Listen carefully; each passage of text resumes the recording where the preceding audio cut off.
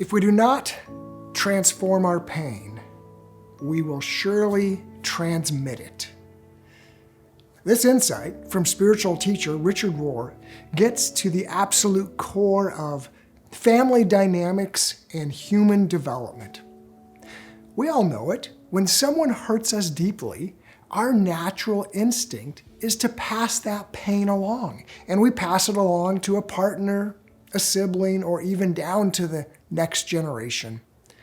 In developmental psychology, we talk a lot about Erik Erikson's concept of generativity versus stagnation. Transmitting our pain to those we love is a form of stagnation.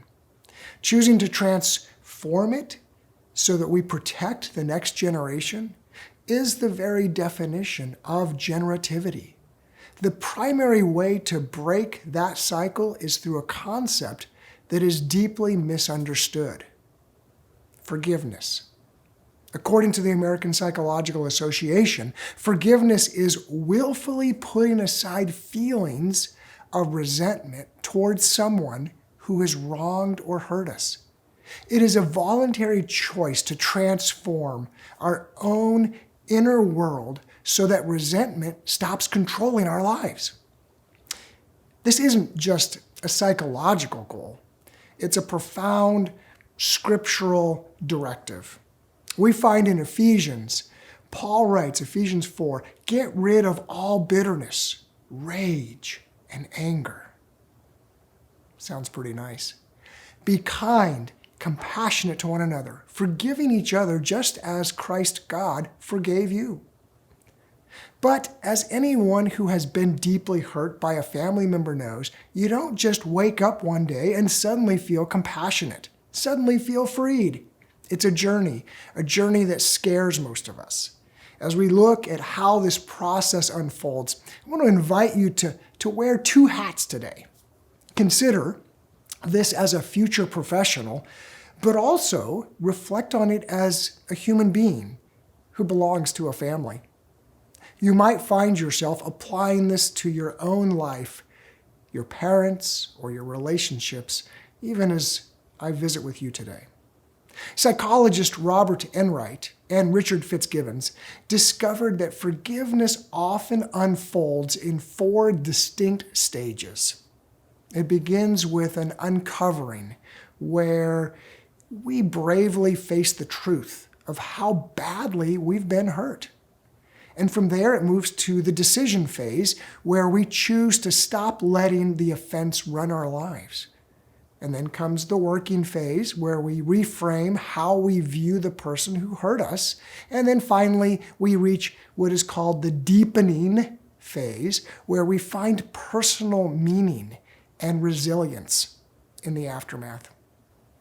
To understand how these 4 internal processes manifest in adulthood, let's look at a case study. Imagine a midlife couple. We'll call them David and Sarah. They have 2 kids, a mortgage, 15 years of history, and one night, that history cracks open.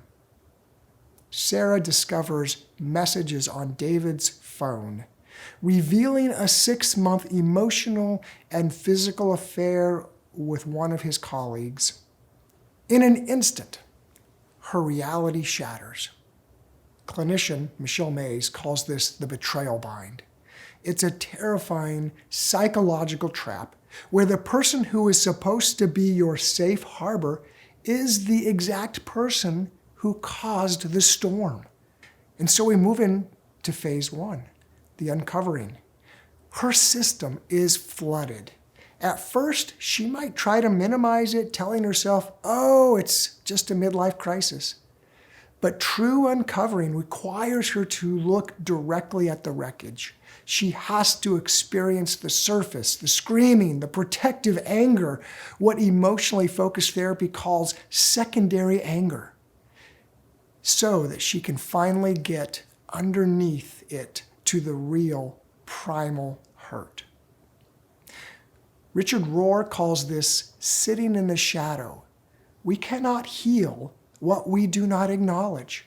Sarah has to map her pain and admit the old marriage is actually dead. Eventually, nursing this resentment becomes a grueling, exhausting, full-time job, and Sarah realizes it is consuming her. Which then brings us to stage 2, this decision phase. This is where she must stop and explore what forgiveness actually means, what it costs. True forgiveness requires a massive risk, and it feels terrifying because our brains often lie to us, and it might say something like, forgiving them means justifying what they did. But it doesn't. Forgiveness is never a justification of bad behavior. Instead, the real cost of forgiveness is that you must allow yourself to feel the raw hurt, moving completely deeper than the protective anger that you're feeling. Anger's a shield. It makes us feel powerful when we've been hurt. This is exactly why Ephesians tells us to get rid of all bitterness and rage, because those emotions act as a wall to keep us from feeling the actual wound. To decide to forgive means voluntarily dropping that shield. It means asking yourself, what am I risking by letting go of this anger? Am I ready to face the vulnerability underneath? Sarah doesn't feel like forgiving David yet, and that is entirely normal. But she commits to the intention of it.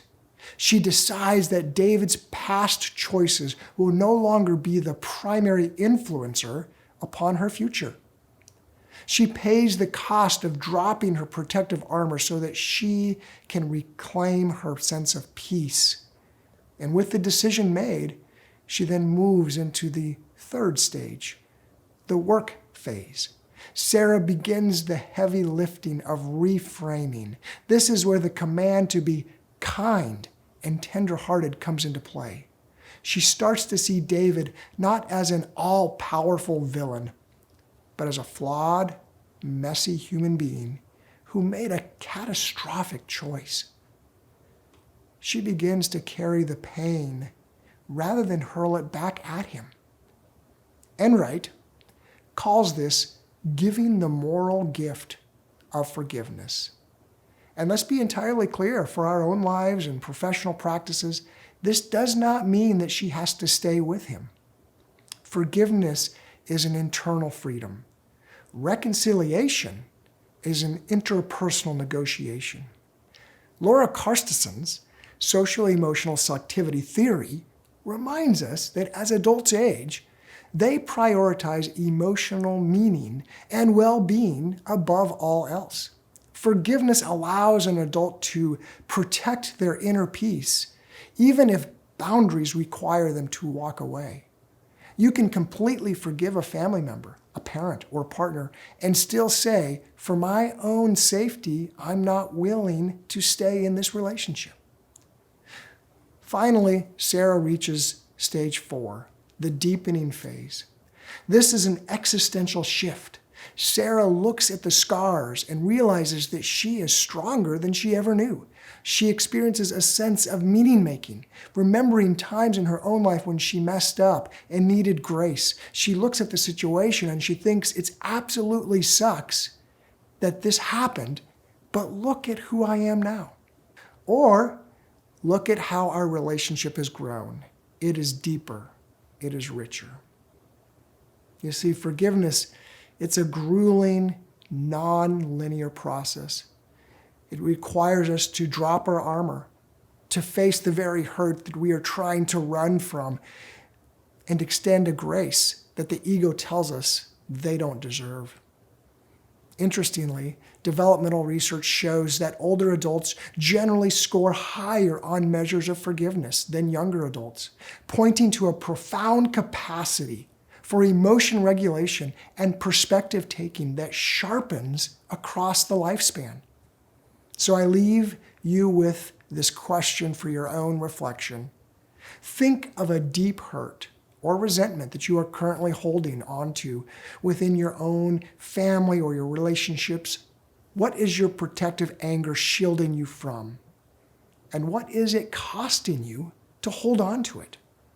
After all, transforming our pain isn't just about peace of mind. It is the ultimate act of developmental maturity. It is how we ensure that the generational pattern stops with us.